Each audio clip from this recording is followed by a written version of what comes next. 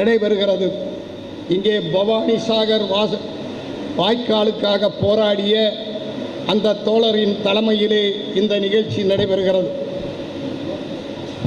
தோழர் பாலகிருஷ்ணன் முன்னிலையில் இது நடைபெறுகிறது. இதில் சிறப்புரையாக கருத்துக்கள் 1000 இருந்திலும் இதை ஒருங்கிணைத்து ஒரு சக்தியாக ஆக்கி ஒரு பலமான இயக்கத்தை இங்கே கொண்டு வருவதற்கு நாம் பணியாற்ற வேண்டியது இருக்கிறது. பல முரண்பாடுகள், பல கருத்துக்கள் இருந்த பொழுதிலும் அங்கங்கே என்னென்ன உற்பத்திகள் இருக்கிறதோ அதன் பேரிலே ஒரு இயக்கத்தை கட்ட வேண்டிய கடமை இருக்கிறது. கம்யூனிஸ்ட் கட்சி என்பது பிழையில்லாத கணிதம், ஒரு விஞ்ஞான இயக்கம்.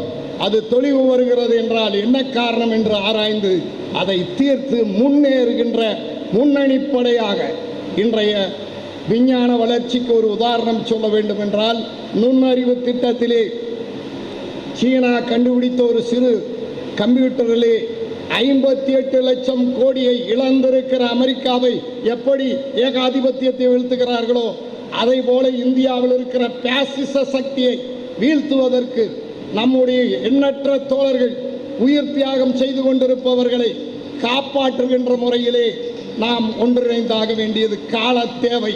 கோவிந்த பஞ்சாரியை பலி கொடுத்தோம், லகேஷ் கௌரியை பலி கொடுத்தோம்.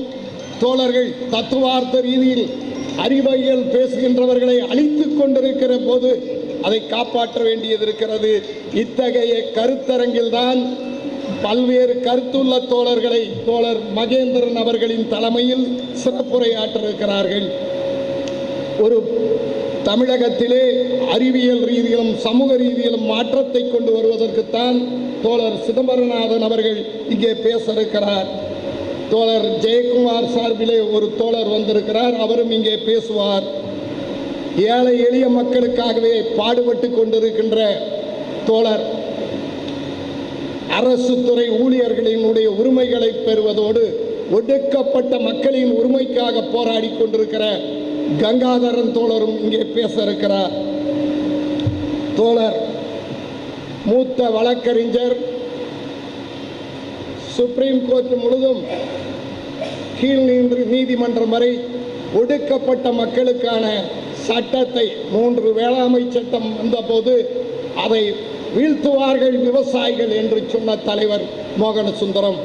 அவர் இங்கே இடதுசாரி இயக்கத்தின் வளர்ச்சியை பற்றி தனது நீண்ட அனுபவத்தை பற்றி இங்கே பேச இருக்கிறார். அதே போல தோழர் ஸ்டாலின் அவர்கள் கூத்தக்குடியாருக்கு பின்னால் அங்கே இந்த இயக்கத்தை பல மாவட்டத்தில் 60,000 ஏக்கரா நிலத்தை எடுத்து கொடுத்தவர் கூத்தக்குடியார். அவரை நீங்கள் அதை பற்றி இங்கே வீரபாலன், அவர் திருநெல்வேலி மாவட்டத்தில் இருந்து ஏகாதிபத்திய எதிர்ப்பு மண்ணில் இருந்து வந்து இங்கே ஒரு சுதேசியமான தனித்தன்மை வாழ்ந்த இயக்கத்தை ஒருங்கிணைக்க அவர் கருத்தை அவர் சொல்ல இருக்கிறார். முருகேசன் பலராமன் சென்னையிலிருந்து வந்திருக்கிறார், இடதுசாரி ஒருங்கிணைப்பை பேச இருக்கிறார். தோழர் சுந்தரம் விடுதலை போராட்ட வீரர் நமது சீலபாலனோடு இந்த விடுதலைக்காக தன் திருமணமும் செய்யாமல் இந்த தேசிய இயக்கத்தில் பாடுபட்ட அந்த தலைவரோடு பணியாற்றிய தோழர் சுந்தரம் அவர்கள் ஐக்கிய கம்யூனிஸ்ட் கட்சியின் சார்பிலே பேச இருக்கிறார். மூத்த வழக்கறிஞராகவும் ஒடுக்கப்பட்ட மக்களுக்கு பாடுபடுகிறவரும் தோழர் குசேலர் அவர்கள் இங்கே வந்திருக்கிறார். வருக. மாற்று கருத்துக்களை இங்கே வைத்து பேச இருக்கிறார். அசோக சுப்பிரமணியம் அவர்களால் வலை இயலவில்லை, கால் உடைந்து விட்டதனால் திருநாக்கரசு அவர்களுக்கு வயிற்றுப்போக்கினால் அவர் வரவில்லை. இருந்த பொழுதும் இது வெற்றி பெற வேண்டும், இது வாழ்த்த வேண்டும், இது இந்தியாவுக்கே ஒரு எடுத்துக்காட்டாக வேண்டும் என்ற எழுச்சியோடு அவர்கள் வாழ்த்து சொல்லியிருக்கிறார். சென்னையிலிருந்து இங்கே வந்து டாக்டர் ஆனந்தகுமார் அவர்கள் மார்க்சிய அறிவியல் கல்விகளை போதித்துக் கொண்டிருக்கிறார். அவர் போதனையோடு நிற்காமல் நேரடி மக்களுக்கும் இதை சொல்வதற்கு தயார் என்ற முறையில் அவரும் இங்கே வந்திருக்கிறார். தோழர் பாரதி கண்ணன் 6000 மைல்களாக இந்த புவியின் வெப்பத்தால், இந்த சூரிய வெப்பத்தால் ஸ்ட்ரோக்கும் கேன்சர் வருவதைப் போன்று பல்வேறு நோய்களுக்கு இந்த பூலோகம் ஆளாகப் போவதை எதிர்த்து இயற்கையை காப்பாற்ற வேண்டும் என்ற அந்த இளைஞரும் வந்திருக்கிறார். அவரும் கருத்து சொல்ல இருக்கிறார். இதை போல நமது முதுபெரும் தோழரும் எங்களுக்கெல்லாம் போர்க்களத்திலே வழிகாட்டி, நானும் அவரும் தோழர் தங்கவேல் அவர்களும் ஒரு காலத்திலே தேர்தல் காலத்திலே செல்லுகிற பொழுது உணவு அளித்து கொண்டு வந்த ஒரு தந்தை போன்றிருக்கிற எங்களது பெரியவர் பத்ரப்பன் பத்மஸ்ரீ கிராமிய கலைகள், தமிழ் மரபு வழி பழங்குடி கலைகளை கொண்டு வந்திருக்கிற அவரையும் வந்து அவரது கருத்துக்களை அவர் காலமும் இன்று இருக்கிற காலமும் எதிர்காலத்தின் பற்றி சொல்வதற்கு அவரும் வந்திருக்கிறார். இப்படி தோழர் முருகேசன் வந்து கொண்டிருக்கிறார்.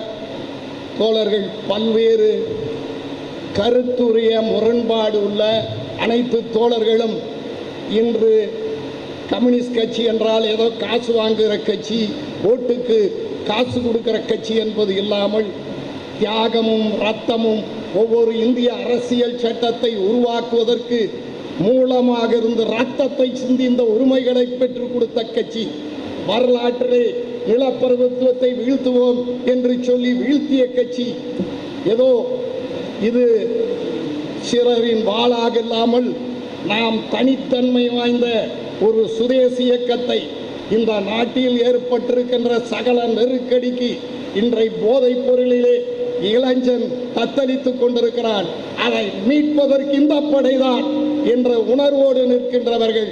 விலைவாசிகள் ஏறிக்கொண்டே இருக்கிறது, சம்பளம் குறைந்து கொண்டே இருக்கிறது.